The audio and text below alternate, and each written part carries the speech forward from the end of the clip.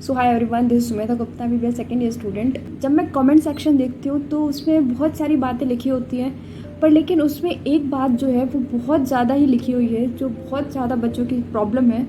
वो कहते हैं कि मेरे पे कोई ट्रस्ट नहीं करता और किसी को लगता नहीं है कि मैं सिलेक्शन अपना करवा पाऊँगा। मुझे नहीं पता कि तुम लोग क्या सोचते हो और मुझसे ऐसी बातें करते हो और क्या चाहते हो कि मैं इसका क्या आंसर दूँ तुम लोगों को। मुझे ये तो नहीं पता कि मैं तुम्हें क्या आंसर दूं, पर लेकिन मुझे ये पता है कि मैं अपनी कहानी तुम्हें ज़रूर सुना सकती हूँ। जैसा तुम लोग बोलते हो कि मैं अभी 10th क्लास में हूँ, 11th क्लास में हूँ और मेरे घर वाले मुझ पर ट्रस्ट नहीं करते हैं, मेरे टीचर्स मुझ पर ट्रस्ट नहीं करते, तो तुम्हें बताऊँ कि मुझ पर भी नहीं करते थे। तो जब मैं 11th क्लास में थी, I used to go a chemistry classes. तो तुम्हें बता दूँ, जब मैंने फर्स्ट क्लास अटेंड किया था अपनी केमिस्ट्री क्लास का, तो वो क्लास था some basic concept of chemistry. तो उसमें क्या डिफरेंसेस होते हैं, बेसिकली एटम और मॉलिक्यूल का डिफरेंस था। मैं क्लास में बैठी थी, फर्स्ट रो में बैठी थी, मुझे याद है, और मुझे लिटरली कुछ समझ नहीं आ रहा था कि what is atom, what is molecule. उस समय क्लास में जितने भी लोग थे वो सभी सॉल्व कर रहे थे, दे वेयर आंसरिंग, वो आंसर्स कर रहे थे। लिटरली मुझे बहुत ज़्यादा ही बुरा लग रहा था कि वो आंसर्स दे रहे हैं और मुझसे एक क्वेश्चन नहीं बन रहा, मुझसे कुछ नहीं हो रहा। तो जब मैं घर गई, आई वॉज लाइक ये क्या हो रहा है मेरे साथ, तो मुझे पढ़ना चाहिए कि नहीं पढ़ना चाहिए। After 8 I wasted all my 9, all my 10। So उस वजह से मुझे अभी फिर से पढ़ाई स्टार्ट करनी थी, जो कि बहुत ज़्यादा मुश्किल था मेरे लिए। मैं उस टाइम पे सोचती रहती थी कि मैं कैसे पढूं, क्या करूं, क्योंकि मुझे क्लास का भी कुछ समझ में नहीं आता था। तुम लोग रिलेट कर पा रहे होगे, कई लोगों के साथ ऐसा हो रहा होगा जो मैं कह रही हूँ। तुम लोग, आई थिंक कि तुम लोगों में से बहुत सारे लोग ऐसे होंगे जो सेम सिचुएशन में होंगे अभी। तो मुझे कुछ भी समझ नहीं आ रहा था कि क्या चल रहा है मेरी लाइफ में। एक सिंगल सब्जेक्ट मुझसे हैंडल नहीं हो रहा था, लाइक केमिस्ट्री जैसा सब्जेक्ट जब मैं हैंडल नहीं कर पा रही हूँ तो फिजिक्स की क्या हालत होगी सोचो। 9th and 10th I completely wasted. So बहुत ज़्यादा मुश्किल हो रही थी मेरे लिए कि मैं कैसे कैसे पढूँ, अब कैसे हो, अब नहीं होगा मेरे से। पर लेकिन फेथ था, अभी खुद पे भरोसा है, तो कर लेंगे थोड़ा बहुत, कुछ भी अच्छा तो कर ही लेंगे। तो वन डे आई रिमेम्बर कि एग्ज़ाम था, टेस्ट था, उनने एक टेस्ट ऑर्गेनाइज किया था। तो एक दिन पहले मैंने उस टेस्ट के लिए बहुत ज़्यादा प्रिपेयर की थी, क्योंकि I want my confidence back, और उस वजह से क्या, मैं रात में सोई नहीं थी। तो जब मैं टेस्ट दे रही थी तो मैंने क्या किया था कि मैंने अपनी जो केमिस्ट्री की नोटबुक थी वो उनके घर पर ही छोड़ आई थी। सो नेक्स्ट डे जब मैं उनकी क्लास में गई तो उनने क्या पूरे क्लास के सामने सब बोला, इस लड़की से ज़्यादा केयरलेस बच्चा मैंने आज तक कोई नहीं देखा। मुझे ऐसा लग रहा था कि I am a dumbest child, मतलब मैं सबसे ज़्यादा वीकेस्ट चाइल्ड। तभी ये मुझसे बोल रही हैं, क्योंकि और किसी से नहीं बोला उन्हें, सिर्फ मुझसे बोला कि तुम पढ़ती क्यों नहीं हो। पर लेकिन मैं पढ़ती थी उस टाइम पे, क्योंकि मुझे ऐसा सीरियसनेस आया था 11th में कि मुझे कुछ करना है। उनने मुझसे जब ऐसा बोला कि तुम पढ़ती क्यों नहीं हो, तो आई वॉज जस्ट, जब पढ़ने के बाद मैं कुछ नहीं कर पा रही हूँ, इसका मतलब शायद मेरे दिमाग में ही कुछ गड़बड़ है, मैं पढ़ नहीं सकती हूँ, शायद मेंटली मैं बहुत कमज़ोर हूँ और लोग सही कहते हैं कि मुझसे कुछ नहीं होगा। एक बार कि उनने मेरे घर वालों से मेरी शिकायत कर दी, ये लड़की पढ़ती बिल्कुल भी नहीं है और इसे कुछ भी नहीं आता है। स्टेटमेंट था ना उनका कि इसे कुछ भी नहीं आता है, एंड दैट वो मेरे दिल में बस गया, वो मेरे दिमाग में छप गई वो लाइन बस। कि उन्होंने जो बोला ना उस समय, मैंने उनसे रिटर्न में यही बोला कि मैम मुझे सब कुछ आता है। तो उन्होंने बोला कि अच्छा तुम्हें सब कुछ आता है, तो फिर तुम्हारा टेस्ट ले लेंगे हम, अगर उसमें तुम्हारे स्कोर अच्छा आता है हम मान लेंगे कि तुम्हें सब कुछ आता है, और अगर तुम्हारा स्कोर उसमें नहीं आता है अच्छा, तो I will not teach you any more. But यार इंसल्ट हो गया था मेरा, बहुत बहुत बुरा वाला इंसल्ट हुआ था। जब मैं घर आई तो I started studying very hard.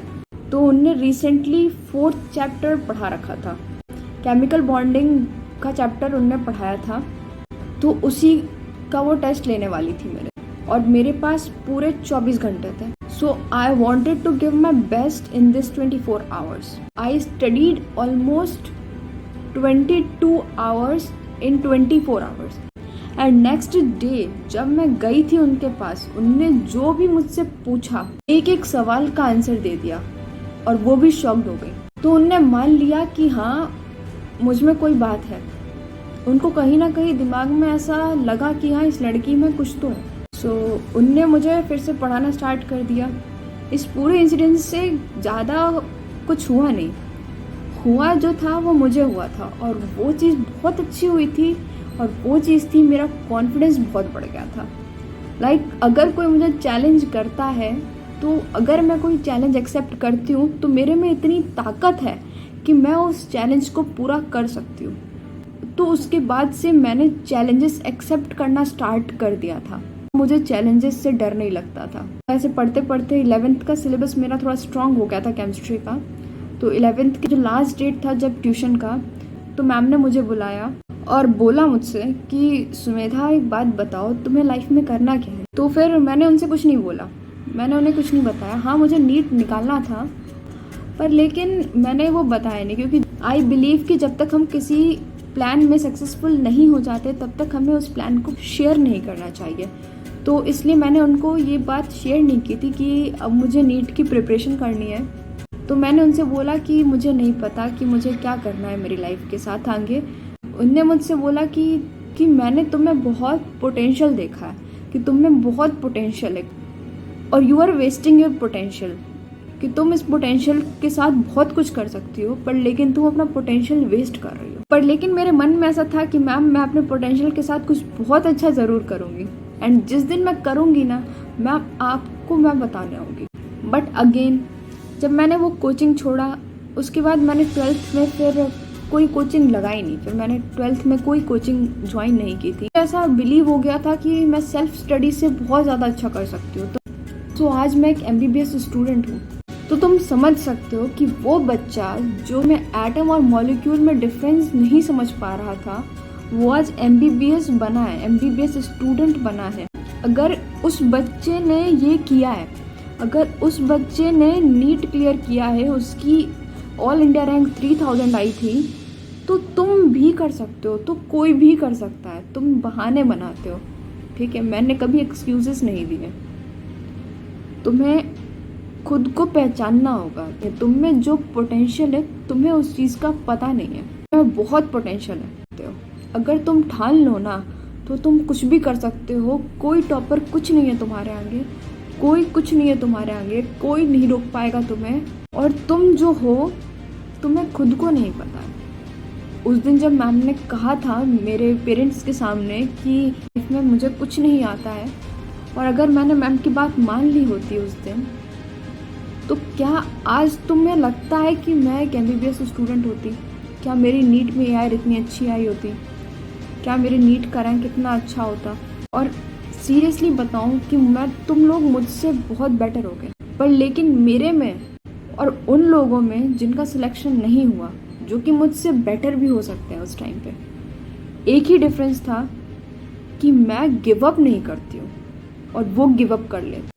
तो ये चीज़ ही थी। अगर तुम ये चीज़ अपने लाइफ में ले आओ ना कि मैं गिव अप नहीं करूँगा चाहे कुछ हो जाए, तो मैं बता रही हूँ कि तुम्हारा जो सिलेक्शन है, सिलेक्शन छोड़ो, कोई भी गोल तुम अपने लाइफ में सेट कर लो। अगर तुम गिव अप नहीं करते हो और अगर तुम खुद को डे बाय डे इम्प्रूव करते रहते हो, तुम अपने आप को स्लैग बनाते रहते हो, डेली काम करते रहते हो, परसिस्टेंट रहते हो, कंसिस्टेंट रहते हो, तो जो तुम्हारा गोल है उसको अचीव करने में कोई नहीं रोक सकता तुम्हें। You are good enough, you are good enough for everything, you can achieve everything.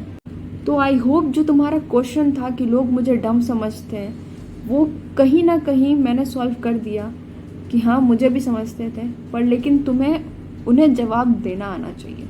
और जवाब तुम बोल के मत दो, बोल के जवाब देने से कुछ नहीं होगा। तुम उन्हें करके बताओ, तुम उन्हें करके बताओ that I am much better than you, you are nothing in front of me, okay. तुम उन्हें बताओ, उन्हें एहसास दिलाओ कि तुम हो, समझ गए, कि तुम एग्जिस्ट करते हो, तुम्हारी एग्जिस्टेंस है। That was all about this video. Thank you for watching. Don't forget to like, share and subscribe. And I will see you in the next video. Bye.